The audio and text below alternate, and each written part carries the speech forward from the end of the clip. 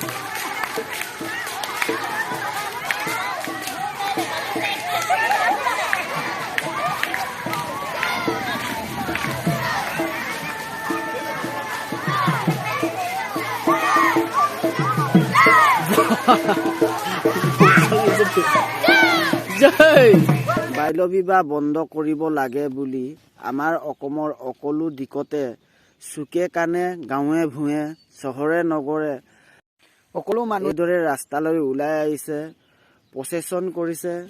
এইবাৰ এই আইনখনৰ স্কুলৰ সৰু সৰু ছাত্ৰ ছাত্ৰীও মানি লৈছে, লগতে যোগদান কৰিছে। মোৰ মতে বাল্য বিবাহ বন্ধ হ'ব লাগে। কোনেও আইনৰ বিৰুদ্ধে যাব নালাগে। আইনৰ বিপৰীত যোৱা মানে দেশৰ বিপৰীত যোৱা হ'ব। এই আইনখন আগৰ পৰাই আছে, আজিৰ আইন নহয় এইবোৰ, কিন্তু আগতে হৈ যোৱাবোৰক এৰি দিব লাগে বুলি ভাবোঁ। মোৰ মতে হ'ব নাই নাজানো, কিন্তু এৰিব লাগে বুলি ভাবোঁ।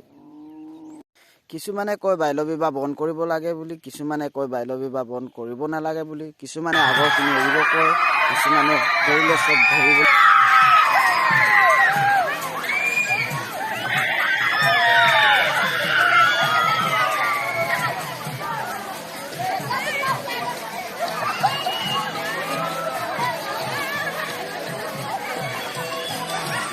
বাল্য বিবাহ বন্ধ কৰিলেও একো লোকচান নহয়।